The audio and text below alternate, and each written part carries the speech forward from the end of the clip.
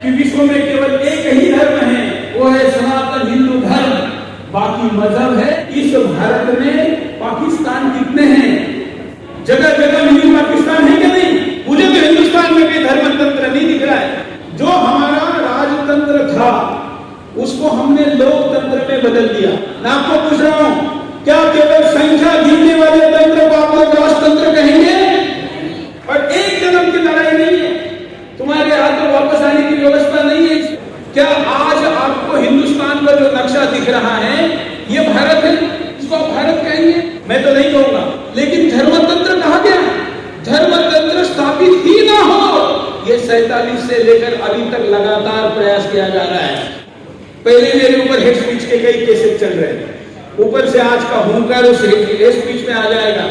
लेकिन मैं वो हुंकार भरता था, भरता हूं और किसी भी कीमत पर भरता रहूंगा, क्योंकि मेरे लिए लड़ाई सूरज चौहान की अकेले की लड़ाई नहीं है और एक जन्म की लड़ाई नहीं है। तुम्हारे हाथ में वापस आने की व्यवस्था नहीं है। क्या आज आपको हिंदुस्तान का जो नक्शा दिख रहा है ये भारत है? इसको आप भारत कहेंगे? मैं बड़ा, देखिए मेरे इस बयान को कई लोग विवादित बना सकते हैं, लेकिन मैं बड़े गंभीरता पूर्वक कह रहा हूं कि आज हिंदुस्तान का जो मानचित्र है उस पूरे मानचित्र को ही हम भारत कहेंगे? मैं तो नहीं कहूंगा।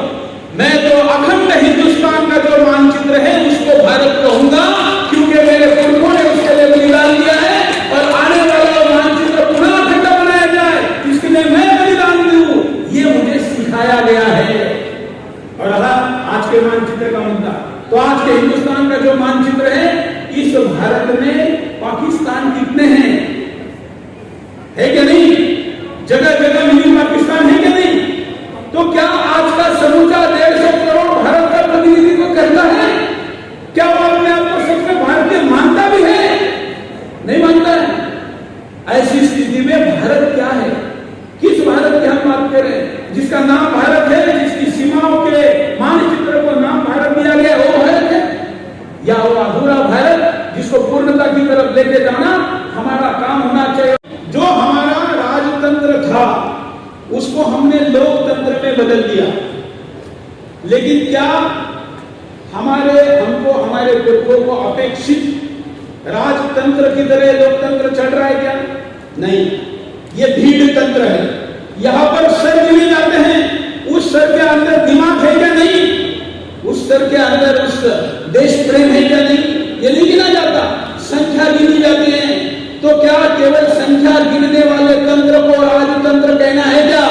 मैं आपको पूछ रहा हूं, क्या केवल संख्या गिनने वाले तंत्र को आप लोग राजतंत्र कहेंगे? हाँ या नहीं में बोलिए। आपका आवाज संसद के पास में बैठे हुए है।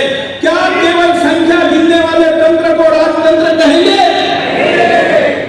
सोचना पड़ेगा आखिर हमको कि हम कौन से तंत्र में जी रहे हैं। अगर भीड़ में ही निर्णय करने हैं तो कबीलों में यही तो होता था। कबीलों में तो भीड़ का निर्णय होता था, जिसके हाथ में शस्त्र उसी का चलता था। हमने शास्त्र की स्थापना करके शस्त्र को भी विवेक और निर्णय करने की क्षमता दे दी, उसको भी दंडित करने की व्यवस्था बनाई। वो राजतंत्र था, लेकिन आज वो राजतंत्र नहीं है। तो आज के तंत्र, हालांकि मेरे पास केवल राजतंत्र पर ही बोलने के लिए 1 घंटा है, लेकिन मैं एक मिनट में आपके सामने विषय रख रहा हूं। दूसरा है धर्मतंत्र किसी भी ना तरीके से हो, लोकतंत्र के बैकडोर से आ गया। आपका अर्थतंत्र बैंकों के बहाने एस्टैब्लिश हो गया, न्यायतंत्र न्यायपालिका के द्वारा आ गया, लेकिन धर्मतंत्र कहा गया, धर्मतंत्र स्थापित ही ना हो, ये 47 से लेकर अभी तक लगातार प्रयास किया जा रहा है। मुझे तो हिंदुस्तान में भी धर्मतंत्र नहीं दिख रहा है। स्वयं शंकराचार्य कौन बने इसके लिए जिनके पास विवाद हो, वहां पर धर्मतंत्र है क्या? वहां पर आज बदलते समय के अनुसार हमारे रीति रिवाजों में धर्म संगत कोई बदला हो, इसकी निर्णय करने की व्यवस्था है क्या? है कहीं? कोई भी उठता है अपने नाम में जगत गुरु लगा देता है, कोई भी उठता है अपने नाम में कोई भी धार्मिक उपाधि लगा देता है। कहां है धर्मतंत्र? और अगर कोई धर्मतंत्र है, अच्छे लोग हैं, मैं नहीं कह रहा हूं कि अच्छे लोग नहीं है, लेकिन आज अच्छे लोगों को मीडिया वाले दिखाते हैं क्या? और सचमुच धर्म में चलने वाला कोई ऋषि मुनि आपके सामने आ जाए तो आप उसको मानेंगे क्या? आप तो कहेंगे कि मर्सिडीज में आने वाला बाबा सबसे बड़ा है, चार्टर प्लेन से घूमने वाला बाबा सबसे बड़ा है। यह हमने भौतिक व्याख्या जो कर ली, इस कारण हमारा धर्म तंत्र भी विकसित नहीं हो पाया। और इसलिए महाराज जी केवल शस्त्र लेकर हम बात करेंगे इतना ही पर्याप्त नहीं, क्योंकि शस्त्र तो शत्रु के भी हाथ में है। फिर हमारा शस्त्र और उसके शस्त्र में फर्क क्या है? हमारे हाथ पर शस्त्र चलाने का भी नियम था। हमारे राजा युद्ध को खेल की भांति स्पोर्ट्स स्पिरिट के साथ खेलते थे और उसके नियम थे कि सूर्योदय के बाद युद्ध शुरू होता था, सूर्योदय के बाद समाप्त होता था। किसी के हाथ का शस्त्र गिर जाता था तो उसको शस्त्र गिरे हुए व्यक्ति पर वार नहीं होता था। लेकिन आज क्या है? आज तो जिहाद ने व्याख्या बदल दी। हम ही एकमात्र विश्व के ऐसे धर्म हैं जिसके धर्म शास्त्र में सारे प्रकार के शास्त्र है। वैसे तो मैं हमेशा ये मानता हूँ, ये सुदर्शन का सिद्धांत है कि विश्व में केवल एक ही धर्म है, वो है सनातन हिंदू धर्म।